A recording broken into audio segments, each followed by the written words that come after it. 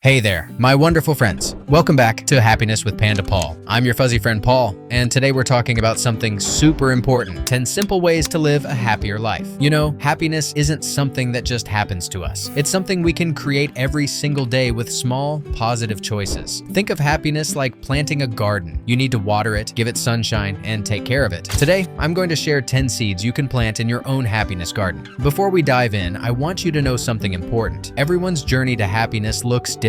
What works for me might not work exactly the same for you, and that's perfectly okay. The key is trying different things and finding what makes your heart feel lighter. Let's start with number 1. Get moving every day. Now, I don't mean you have to run a marathon or lift heavy weights. I'm talking about moving your body in ways that feel good. Maybe it's dancing to your favorite song, taking a walk around the block, or doing some gentle stretches. When we move our bodies, our brains release something called endorphins. These are like nature's happy pills. Here's what science tells us.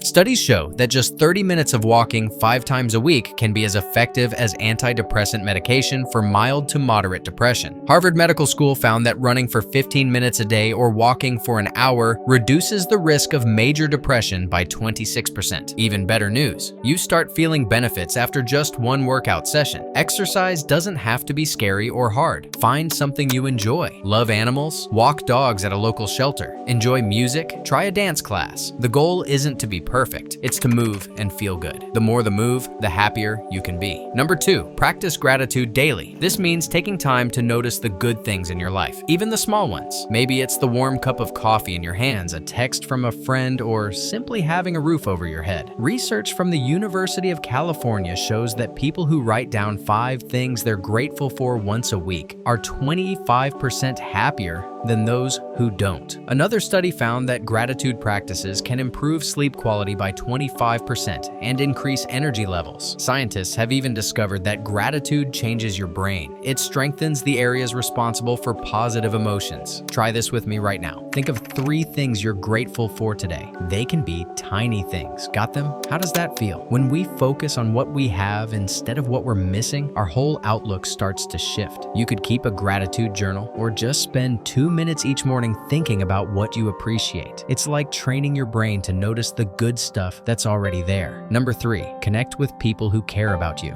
Humans are social creatures. We need each other. Having strong relationships is one of the biggest predictors of happiness. This doesn't mean you need tons of friends. Quality matters more than quantity. The Harvard study of adult development, which followed people for over 80 years, found that good relationships keep us happier and healthier. People with strong social connections live longer, have better immune systems, and are 50% less likely to die early compared to those with weak social ties. Loneliness affects our health as much as smoking 15 cigarettes a day. Reach out to someone today. Send a text, make a phone call, or plan to spend time together. If you're feeling lonely, remember that many people feel the same way. Sometimes being the first one to reach out can create beautiful friendships. Let me tell you about Sarah. 3 years ago, Sarah was struggling with depression and felt very isolated. She worked from home and barely left her apartment. One day, she decided to try something new. She joined a walking group that met every Tuesday morning at the local park. At first, Sarah was nervous. She almost didn't go, but she pushed herself to show up. The group was welcoming and they walked at a gentle pace while chatting about life. Sarah started looking forward to Tuesdays. She made friends, got exercise, and had people who cared about her week. Today, Sarah leads that walking group. She says those Tuesday morning walks saved her life. She learned that sometimes the scariest step showing up is also the most important one. Sarah combined movement, social connection, and fresh air, and it transformed her mental health. Number 4, get enough sleep. Sleep is like charging your phone. You need it to function well. When we don't get enough sleep, everything feels harder. We're more likely to feel sad, anxious, or overwhelmed. Sleep science is fascinating. Studies show that people who get less than 7 hours of sleep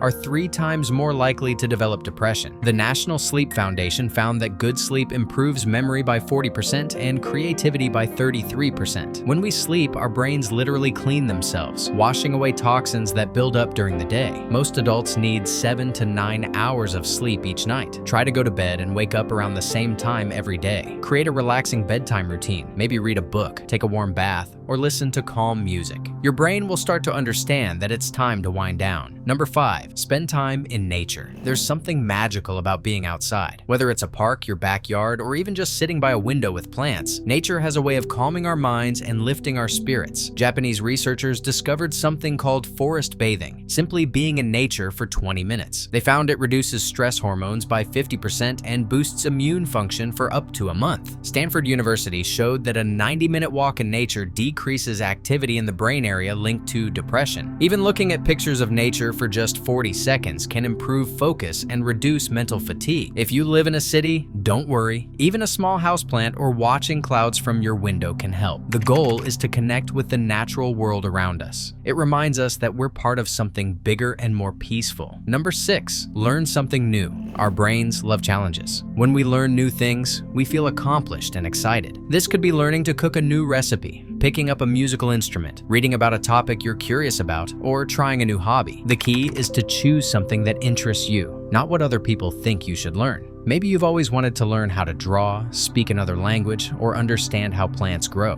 Give yourself permission to be a beginner and have fun with it. Let me share Marcus's story. Marcus was going through a really tough divorce and felt lost. He had always relied on takeout and frozen meals because he thought cooking was too complicated. His therapist suggested he try learning one new skill to help him feel more confident. Marcus decided to learn how to cook. He started with simple recipes: scrambled eggs, pasta, basic salads. At first, he burned things and made mistakes, but something funny happened. He started to enjoy the process. Chopping vegetables became meditative. Following recipes gave him a sense of accomplishment. 6 months later, Marcus was cooking elaborate meals for friends. He joined a cooking class and met people who became close friends. Cooking gave him confidence, creativity, and connection. He says learning to feed himself properly was really about learning to take care of himself in a whole new way. Number 7, practice kindness to others and yourself. Being kind to others feels good, but many of us forget to be kind to ourselves. We talk to ourselves in ways we would never talk to a friend. We're our own worst critics. The science of kindness is amazing. When we do kind acts, our brains release oxytocin, dopamine, and serotonin, the same chemicals that antidepressants try to boost. UCLA research shows that helping others can increase your lifespan by reducing stress by up to 30%. People who volunteer regularly have 40% less high blood pressure and live 4 years longer on average. Self-compassion is just as important. Studies by Dr. Kristen Neff show that people who practice self-compassion have lower anxiety, less depression, and greater life satisfaction than those who are self-critical. Try this. When you make a mistake, instead of saying, "I'm so stupid," try saying, "Everyone makes mistakes. I'm learning." Treat yourself with the same compassion you'd show a good friend. And don't forget random acts of kindness for others. Hold a door.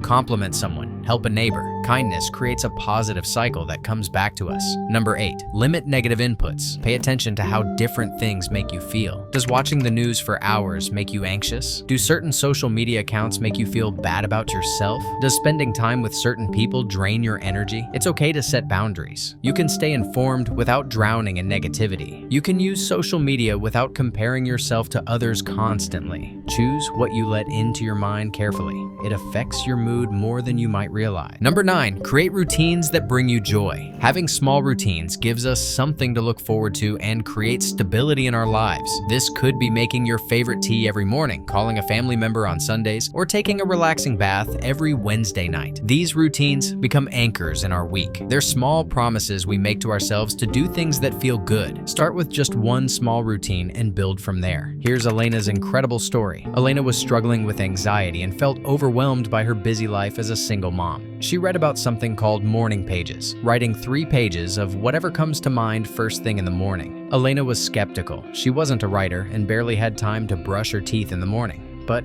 she was desperate to feel better, so she tried it. She set her alarm 15 minutes earlier and wrote by hand for those few quiet minutes before her kids woke up. At first, Elena just wrote about her to-do lists and worries, but gradually something shifted. The writing became a place to process her feelings, dream about the future, and problem solve. Those 15 minutes became the most peaceful part of her day. 2 years later, Elena credits morning pages with transforming her mental health. She feels calmer, more creative, and more in touch with herself. She says those quiet morning minutes taught her that she deserved time for herself, even just 15 minutes. Sometimes the smallest changes create the biggest transformations. And finally, number 10, give yourself permission to feel your feelings. Here's something important. You don't have to be happy all the time. Sadness, anger, frustration, these are all normal human emotions. The goal isn't to never feel bad. The goal is to feel your feelings without letting them control your life. When you're sad, let yourself be sad for a while. Cry if you need to.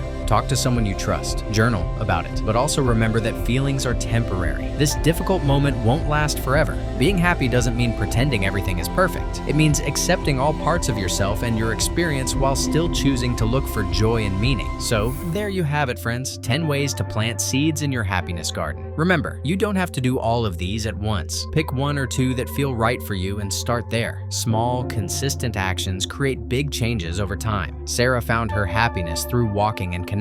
Marcus discovered joy in learning to cook. Elena transformed her life with 15 minutes of morning writing. Each of them started with just one small step. What small step will you take today? Maybe it's going for a short walk, writing down 3 things you're grateful for, or calling someone you care about. Whatever it is, be gentle with yourself and celebrate small progress. Thank you so much for spending this time with me today. Remember, you deserve happiness, and you have the power to create it in your own life. I believe in you, and I'm cheering you on. Until next time, keep growing your happiness garden, one small seed at a time. This is Panda Paul, sending you lots of love and positive vibes. Take care, my wonderful friends.